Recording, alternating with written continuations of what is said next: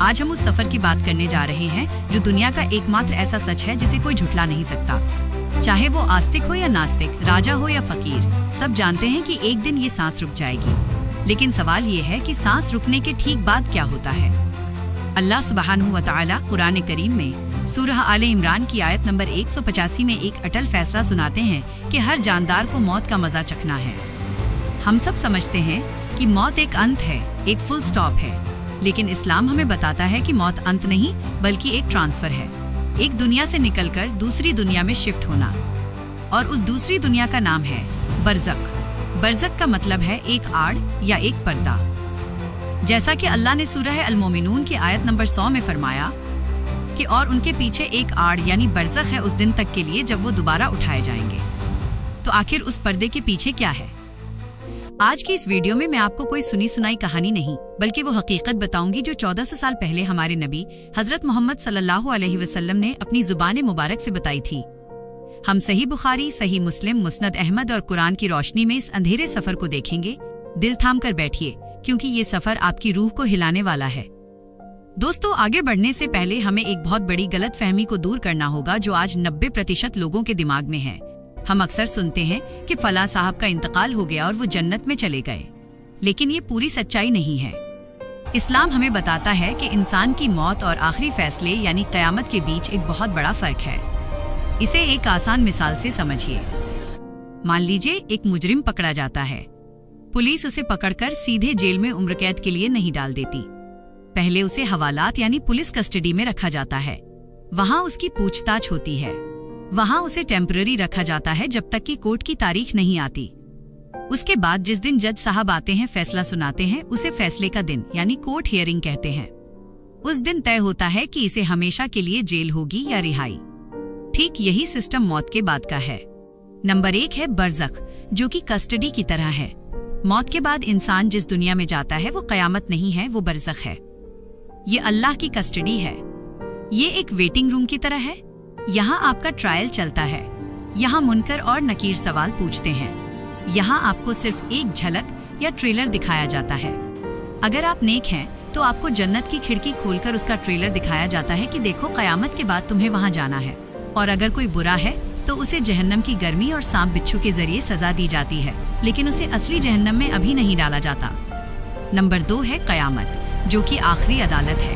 جب اس پوری کائنات کو ختم کر کے ایک بڑی عدالت لگائی جائے گی، اس دن برزخ کا ویٹنگ روم ختم ہو جائے گا. اس دن صرف روح نہیں بلکہ جسم اور روح دونوں کو ملا کر ہمیشہ کے لیے یا تو جنت میں بھیجا جائے گا یا جہنم میں. تو یاد رکھیے، برزخ ایک امتحان کا سینٹر ہے جہاں آپ اکیلے ہیں، اور قیامت وہ دن ہے جہاں پوری مانوتا اکٹھا ہوگی اور فائنل رزلٹ سنایا جائے گا. آج جو ہم بات کر رہے ہیں وہ اس ویٹنگ روم یعنی برزخ کی ہے جہاں سے نکلنا ناممکن ہے اور جہاں کا وقت دنیا کے وقت سے بالکل الگ ہے. کہانی شروع ہوتی ہے اس وقت سے جب انسان اپنی آخری سانسیں لے رہا ہوتا ہے. ڈاکٹر کہہ دیتے ہیں اب کوئی امید نہیں. گھر والے رو رہے ہوتے ہیں، لیکن مرنے والا اس وقت کچھ اور ہی دیکھ رہا ہوتا ہے. اللہ سورہ قاف کی آیت نمبر 22 میں فرماتا ہے کہ تو اس دن سے غفلت میں تھا تو ہم نے تجھ پر سے پردہ ہٹا دیا. تو آج تیری نگاہ بہت تیز ہے. اس وقت انسان کی آنکھوں کے سامنے سے دنیا کا پردہ ہٹ جاتا ہے اور غیب کا پردہ کھل جاتا ہے. اسے فرشتے دکھائی دینے لگتے ہیں. یہاں سے 2 راستے الگ ہو جاتے ہیں. حضرت البرا بن عازب سے روایت ہے جو مسند احمد اور ابو داؤد میں صحیح سند کے ساتھ موجود ہے. یہ حدیث موت کے سفر کی سب سے وسترت حدیث مانی جاتی ہے. نبی صلی اللہ علیہ وسلم نے فرمایا، جب ایک نیک مومن بندے کی موت کا وقت آتا ہے تو اس کے پاس آسمان سے فرشتے اترتے ہیں. ان کے چہرے ایسے چمک رہے ہوتے ہیں جیسے سورج. ان کے ساتھ جنت کا کفن اور جنت کی خوشبو ہوتی ہے. وہ اس کی نظر کی حد تک بیٹھ جاتے ہیں. پھر ملک الموت یعنی موت کا فرشتہ آتا ہے اور اس کے سرہانے بیٹھتا ہے. وہ کہتا ہے، اے اطمینان والی روح، نکل اپنے رب کی مغفرت اور رضامندی کی طرف. اور وہ روح جسم سے ایسے آسانی سے نکل جاتی ہے جیسے پانی کا قطرہ پانی کے جگ سے بہہ نکلتا ہے. لیکن اللہ نہ کرے اگر مرنے والا کافر یا برا آدمی ہے تو اس کے پاس کالے اور ڈراونے چہروں والے فرشتے آتے ہیں. ان کے ساتھ جہنم کا خردرہ ٹاٹ ہوتا ہے. موت کا فرشتہ کہتا ہے، اے گندی روح، نکل اللہ کے غضب اور غصے کی طرف. یہ سن کر روح جسم کے اندر چھپتی ہے. فرشتہ اسے زبردستی کھینچتا ہے جیسے گیلی اون میں لوہے کی سلاخیں ڈال کر کھینچی جائیں. इस खींचतान में उसकी रगें और पट्टे टूट जाते हैं। ये है वो तकलीफ जिसे हम सकरात कहते हैं। अब रूह जिस्म से निकल चुकी है। अब एक और सफर शुरू होता है ऊपर की तरफ। मुस्नद अहमद की उसी हदीस में आगे जिक्र है कि जब नेक रूह को लेकर फरिश्ते ऊपर जाते हैं तो आसमान के फरिश्ते पूछते हैं, ये कौन पाकीज़ा रूह है? उसे दुनिया के सबसे अच्छे नामों से पुकारा जाता है। पहले आसमान का दरवाजा खटखटाया जाता है और वो खोल दिया जाता है। इसी तरह 7 आसमानों तक उसका स्वागत होता है। अल्लाह फरमाता है कि मेरे बंदे की किताब इल्लीन यानी ऊंचे मकाम में लिख दो और इसे वापस जमीन पर ले जाओ। लेकिन जब बदकार रूह को लेकर फरिश्ते पहले आसमान पर पहुंचते हैं तो आसमान के दरवाजे नहीं खुलते। नबी सल्लल्लाहु अलैहि वसल्लम ने इस मौके पर कुरान की ये आयत पढ़ी जो सूरा अल-आराफ की आयत नंबर 40 है कि बेशक जिन्होंने हमारी आयतों को झुठलाया और तकब्बुर किया उनके लिए आसमान के दरवाजे नहीं खोले जाएंगे और वो जन्नत में दाखिल नहीं होंगे जब तक कि ऊंट सुई के नाके से न गुजर जाए। यानी जैसे सुई के छेद से ऊंट का निकलना नामुमकिन है, वैसे ही उस रूह का ऊपर जाना नामुमकिन है। फिर उस रूह को वहीं आसमान से अपमानित करके जमीन पर पटक दिया जाता है। अब रूह वापस अपने जिस्म के पास आ जाती है। इधर दुनिया में लोग उसे नहला रहे हैं, कफन पहना रहे हैं, रूह ये सब देख रही होती है। सही बुखारी की किताब अल जनाइज में हदीस है कि जब जनाजा उठाया जाता है तो अगर वो नेक है तो रूह कहती है, मुझे जल्दी ले चलो, मुझे जल्दी ले चलो, क्योंकि वो अपना इनाम देख चुकी होती है। और अगर वो बुरा है तो वो चीखता है, हाय मेरी बर्बादी, तुम मुझे कहाँ ले जा रहे हो? हदीस में आता है कि उसकी ये चीख इंसान और जिन्न के अलावा हर मखलूक सुनती है। अगर इंसान सुन ले तो बेहोश हो जाए। जनाजा अब कब्रिस्तान पहुंचता है, मिट्टी डाली जाती है। जब लोग दफन करके वापस लौटते हैं तो सही बुखारी और मुस्लिम की हदीस के मुताबिक मुर्दा वापस जाने वालों के जूतों की आहट सुनता है। जरा उस लम्हे को महसूस करें।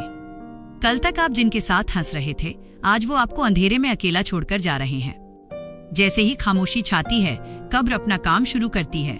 सुनन तिर्मिजी की हदीस है कि जमीन इंसान से बात करती है। वो कहती है, जब तू मेरी पीठ पर चलता था और हंसता था तो मैं खामोश थी। आज तू मेरे पेट में है और रोएगा। अब देख मैं तेरे साथ क्या करती हूँ। इसके बाद आता है कब्र का भींचना।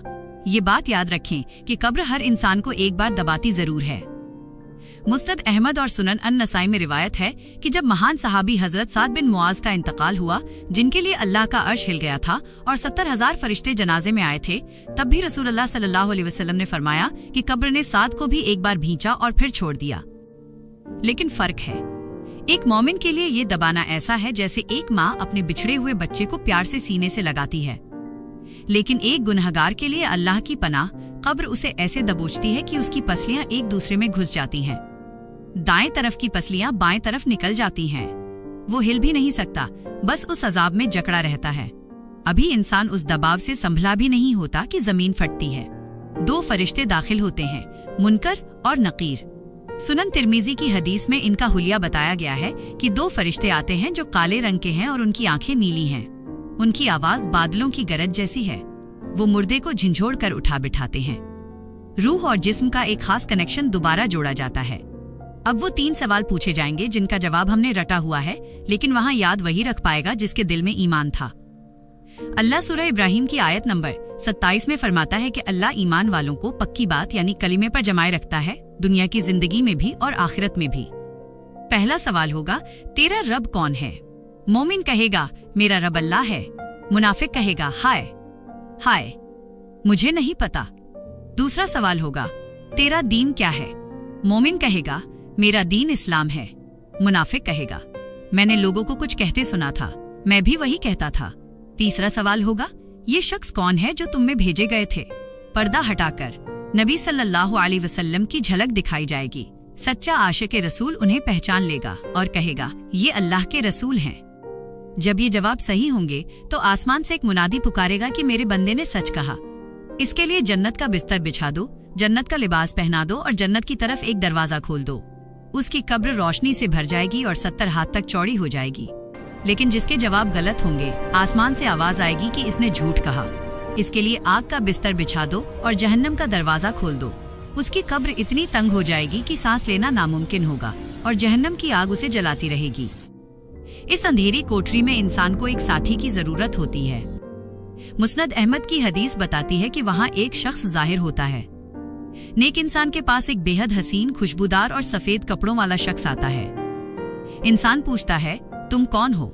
तुम्हारा चेहरा कितना प्यारा है।